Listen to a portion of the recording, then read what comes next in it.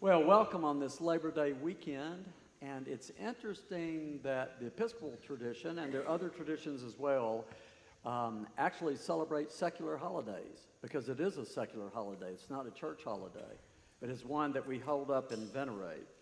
And so there must be something spiritual in it, right? Why would we bother? The church is about spiritual business. I'm clear of that. Let me tell you a story. This story goes back 47 years. It is tiny.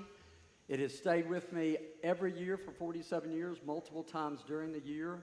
And it is so small, and yet it is so important to me. And I bet some of you have a story like this one. You'll get it when I tell it. So I was in seminary. It was my first year, and there were a bunch of us we were older students, and we'd been working, had jobs, professions, then we were back. And quite a few of us were single, not married yet. I think all of us ended up married. I was married my second year. But we all lived together in a big dorm, and I have to tell you, it was a ton of fun. It's like being back in college. I shouldn't tell you that part. But we did study hard, really worked hard, but we played really hard. But anyway, so we all lived together, and we had African students with us as well who were retooling. These African students and dear friends, I haven't seen them. They're back in Africa. I haven't seen them for all these years. But they were over here to get an additional education to their education. All of them were ordained. They were going back to be the bishops and run the church in Africa, which was interesting. So Ando was a good friend, and it was a Sunday night. I never will forget it. I was sitting there, and I looked up. We always kept our doors open, in and out of each other's, talking all the time, talking in the hall, doing things together. And I look up. Ando's about this tall. He was from Ghana. Fast as lightning, funniest guy. He had a family back home that he didn't get to see, which always touched me dearly, but a funny guy and a great, just smart as all get out. Well, I look up at Ando standing there looking at him. I said, "What are you looking at?" He said, "What are you doing?" And I wanted to say, "Ando, I know you're an educator. Are you just stupid? I'm sewing a button on my shirt." I was sewing. And he said, "No, I don't mean what. I mean why." And then I stopped. I said, "What did you say?" He said, "John, in my country, that's somebody's job. You're taking their job. Everybody needs work. If I do that job, they don't have work." He said, "Well, have fun." Thanks. That's the story. It was like it happened right now. I can see Ando, me sitting there. We were much younger. And I've never forgotten the lesson. It shifted something in me. What a tiny little thing. It shifted something in me that I didn't know shifted. Then it became a principle and an ethic and then a working principle. So I want to say that he taught me something, that all jobs are important. Every job is worth doing. The young woman, Maria, who opened the cathedral this morning and does a lot of cleaning and setup and that kind of stuff, lots of days, her job is more important than mine, and I know it. Period. I know that. Ando gave me that gift. Did you hear the collect this morning? I bet you did. The church asks us in its wisdom to think about work in a different way. It points to the common good of our labor together. I'm going to do this slowly because I know you've been a million places. You're about to go a million places. You're resting. I want that. But think about it. The common good, the welfare of all workers, a concern for those who have no work. You see, there is a spiritual dimension, isn't there? Something deeper. You know, everybody needs to work. If you're around me, you're going to know that's true. I have that principle. So I'm not trying to take you one place and then another. What I'm asking you to do is what really is hard for Americans is to talk about work. It is incredibly hard. We have so many projections on it we just can't imagine, but we do.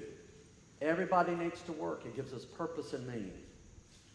You know, I did a little research. You may know this, and if you want to refute it, go ahead and try it. It's true. The people on the planet who work the most are Americans and Japanese, and we work more than anybody on this planet by a wide margin. I mean real-time, visceral, on-the-job working all the time. We do that. That's who we are. I know that's inside of me. I have a work ethic, and sometimes I wonder, where did that come from? I do. I'm a driven person about work. I am not alone. In fact, I've got lots of colleagues sitting right here. That's who we are. And listen, this is fun. Here's a fun thing. So I've been at this about 3 weeks, 4 weeks. Sorry, I woke up early, but I was ahead of you too. I've been thinking about this for several weeks. I've been reading research and stuff. So this was a real study that they did, and they did it in a fun way. They went to a dating service. Okay, you with me? How many of you use a dating service? Don't raise your hand. That is way too much. Do not show your neighbor. Don't raise your hand. Put your hand out. They went to a dating service. They said, here's what we're going to do. We're going to do one profile and an opposite profile and have people respond to them. So the first profile, and I wrote it down, said this. Everything is equal except this one thing in each profile. So the one profile, the person said of themselves, I'm employed but not overworked, creative and busy with my inner life, and my non-work life pursuits. Wow. The other profile described himself, herself, the gender doesn't matter, as I am hardworking and working hard and exhausted a lot of the time and tired. Not making this up, who do you think the high majority of people picked as the most attractive, the most powerful, and the most likely person they would date and marry? The second. The person who is hardworking and tired. Am I under your skin yet? There are some people who need to work more. There are a bunch of people who need to work less. So I'm going to say, my son, my youngest, Hudson, he cracks me up. Every time I start these conversations, you know what he does? He does this. That's a first world problem, Pops.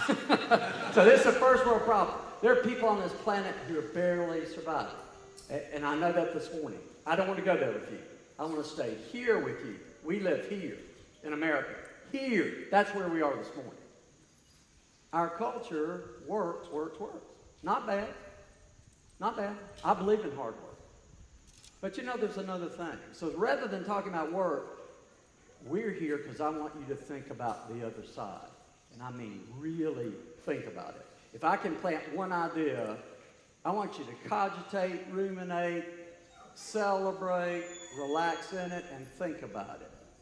What about the opposite of your work? Rest. Your rest. I'm going to try something on you. I give you an experiment. I asked tons of people, tell me something. When Sunday night, getting ready for Monday, what are you thinking of? How many of you, some of you are gray hairs like me and already retired.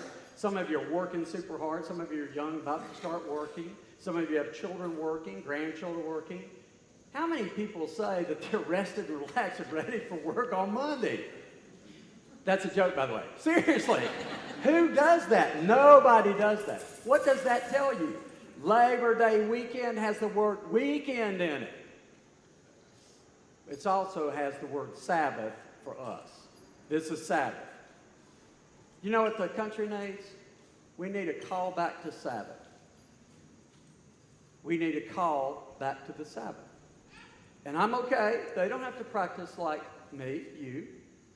But a call back to something else. Quick history lesson. Where did the Sabbath come from? Y'all know. Many of you know Scripture way more than I. It's thousands of years old. The Israelites ended up in Egypt, and Pharaoh was working them to death, building stuff. Building stuff. He was working them to death. And do you know who intervenes? God. Because God puts out this statement and says, look, not only I wish you'd let my people go, but you're working them to death. They need a day of rest. The Sabbath came from that point in history. If you didn't know that, you know it now. It did not come from 1884. By the way, this is historical precedent of the first time in America people said they need to work 8 hours. Big labor movement. A lot of damage, a lot of violence, not very pretty. But this outcry of, why are we working 75 hours a week, 80 hours a week? This happened thousands of years ago, and God said you need a Sabbath. And you know what it's for? It was not only to rest and play, nothing wrong with that, people are playing. It's also to figure out who you are, to slow down, get your head straight, and reclaim your identity. Do a little thinking, a little sitting. Some of you, I know, I got under your skin double hard. It's hard to do that in our society. Go, go, go. A lot of times, and you're listening to the old guys, young people, I'm sorry. I watch my kids run their families like we run our corporations. I think we need to return to Sabbath. I'm not even kidding. Some people need to work harder. Lots of people need to work less hard. And learn that word of balance. You see, that's really what the Sabbath can bring to us. It can bring to us a time when we rejuvenate, when we replenish, when we recharge ourselves, when we reground ourselves. I promise you, if everything is play and pleasure, you will not get regrounded. You'll spend all your off time feasting on Netflix for 8 hours or shopping. If I'm stinging you, I want to sting you with me. My 7-year-old grandchild needs a different world. I'm not kidding. My heart is for you. I spend all my time in your lives, by the way, and you owe me for that. I want money. No, I'm kidding. But my life is involved in your lives, and I'm listening, watching, run, run, run, do more, do more. And finally, this is my opportunity to be honest and say it. So this is a conversation. I will give you a test. I want you to do a survey, not for somebody else. I'm not going to look in somebody else's window. You look in your own. Do a survey about your off time. I want you to do it and be honest about it. If you're retired, to heck with you. No, I'm saying, the rest of you, you moms, you've got jobs. Everybody's got work.